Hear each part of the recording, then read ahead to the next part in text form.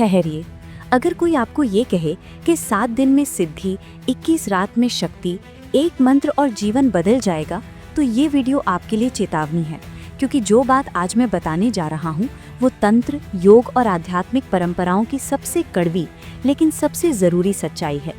तेज सिद्धि का अंधेरा पक्ष, जिसके कारण बड़े बड़े गुरु भी तुरंत परिणामों से डराते हैं और इसी सच को समझे बिना हजारों साधक भीतर से टूट जाते हैं। आज के युग में जब हर व्यक्ति जल्दी सफलता, जल्दी शक्ति और जल्दी अनुभव चाहता है, तब आध्यात्मिक मार्ग भी एक इंस्टेंट प्रोडक्ट बनता जा रहा है। लेकिन शास्त्र स्पष्ट कहते हैं कि चेतना का विकास माइक्रोवेव नहीं, अग्नि है, जो धीरे धीरे पकाती है वरना जला देती है। और इसी बिंदु से इस विषय को समझना जरूरी है कि तेज सिद्धि आखिर होती क्या है, ये आती कैसे है और गुरु इससे क्यों डराते हैं। सिद्धि का अर्थ केवल चमत्कार, दृश्य, शक्ति या प्रभाव नहीं होता। सिद्धि का वास्तविक अर्थ है चेतना का एक स्तर पर स्थिर हो जाना। लेकिन जब कोई साधक शुद्धि, पात्रता और आंतरिक तैयारी के बिना सीधे शक्तियों को खींचने लगता है, तब वो चेतना का विकास नहीं बल्कि चेतना का शॉर्ट सर्किट कर रहा होता है। शास्त्रों में बार बार कहा गया है कि शक्ति पहले नहीं आती, पहले पात्रता आती है, और पात्रता का निर्माण होता है समय से, तप से, अनुशासन से और आंतरिक विघटन से। लेकिन कलयुग की मानसिकता कहती है मुझे अभी चाहिए, और यही अभी आध्यात्मिक पतन का पहला बीज है। तेज सिद्धि अक्सर उन मार्गों से आती है जहां साधक की वासनाएं, अहंकार और भय अभी जीवित होते हैं, और जब शक्ति ऐसे अधूरे मन पर उतरती है तो वो साधक को ऊपर नहीं उठाती बल्कि उसके भीतर छिपी छायाओं को 100 गुना कर देती है।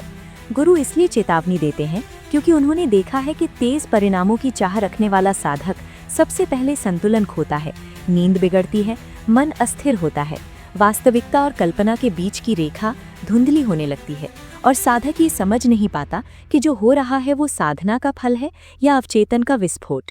शास्त्र इसे कहते हैं अपरिपक्व ऊर्जा का उदय, जहाँ कुंडलिनी, मंत्र शक्ति या तांत्रिक ऊर्जा बिना आधार के ऊपर उठती है, और इसका परिणाम होता है डर, भ्रम, अत्यधिक आत्ममहत्व या अचानक पतन। अब इसे एक कहानी से समझिए। काशी के पास रहने वाला एक सामान्य गृहस्थ, जिसने जीवन की परेशानियों से तंग आकर इंटरनेट से तेज सिद्धि वाला मंत्र खोजा। बताया गया कि 11 रातों में प्रभाव दिखेगा। शुरुआत में उसे कंपन महसूस हुए, सपनों में दृश्य दिखे। उसने सोचा सिद्धि मिल रही है, लेकिन कुछ ही हफ्तों में उसे लगने लगा कि लोग उसे देख रहे हैं, आवाजें सुनाई देने लगी। उसका मन अत्यधिक चिड़चिड़ा हो गया, परिवार से कटाव बढ़ गया, और अंत में उसे एक वरिष्ठ साधु के पास ले जाया गया, जिन्होंने बस इतना कहा, शक्ति नहीं आई थी, तुम्हारा मन खुल गया था और तुम उसे संभाल नहीं पाए।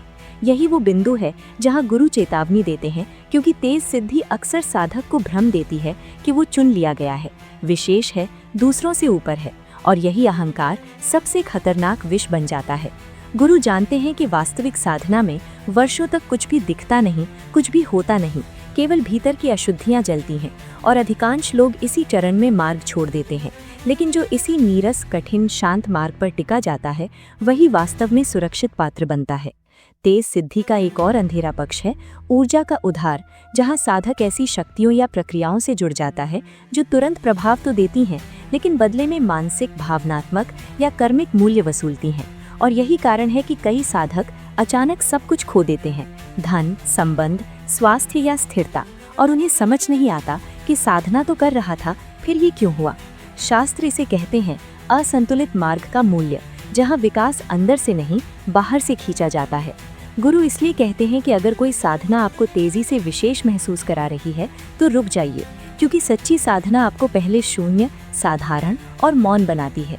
तेज सिद्धि का एक और खतरा है मनोवैज्ञानिक टूटन, क्योंकि साधक अपने अनुभवों को साझा नहीं कर पाता, समाज उसे समझ नहीं पाता, और गुरु के बिना वो ये तय ही नहीं कर पाता कि जो हो रहा है वो आध्यात्मिक है या मानसिक, और ये भ्रम धीरे धीरे भय में बदल जाता है। इसलिए परंपराएं कहती हैं पहले जीवन स्थिर हो, आहार शुद्ध हो, नींद संतुलित हो, मन आध्याकारी बने, तब शक्ति स्वयं आती है, उसे बुलाना नहीं पड़ता। अब यहाँ एक गहरी सच्चाई है। गुरु तेज सिद्धि से इसलिए भी डराते हैं क्योंकि शक्ति का वास्तविक उद्देश्य आनंद या प्रदर्शन नहीं बल्कि दायित्व है, और जो साधक भीतर से तैयार नहीं वो उस दायित्व के नीचे दब जाता है। इसी कारण से प्राचीन काल में वर्षों तक शिष्य को केवल सेवा, मौन और अनुशासन सिखाया जाता था, मंत्र बाद में दिया जाता था। तेज सिद्धि आधुनिक मन की बेचैनी का परिणाम है, न कि शास्त्रों की सिफारिश। और अब इस विषय का सबसे महत्वपूर्ण बिंदु, धीमी साधना ही सबसे तेज है, क्योंकि जो मार्ग सुरक्षित है वही स्थायी है। जो शक्ति समय लेकर आती है वो साधक के मन, शरीर और कर्म में धीरे धीरे उतरती है, उसे तोड़ती नहीं, बनाती है। अब इस पूरे विषय का निष्कर्ष समझिए। तेज सिद्धि का अंधेरा पक्ष ये नहीं कि शक्ति गलत है, बल्कि ये कि शक्ति से पहले साधक का मन गलत समय पर खुल जाता है। गुरु चेतावनी देते हैं क्योंकि वो साधक को टूटने से बचाना चाहते हैं, न कि शक्ति से दूर रखना चाहते हैं। अगर आप इस मार्ग पर हैं तो अपने आप से एक ईमानदार प्रश्न पूछिए, क्या आप शांति चाहते हैं या विशेषता?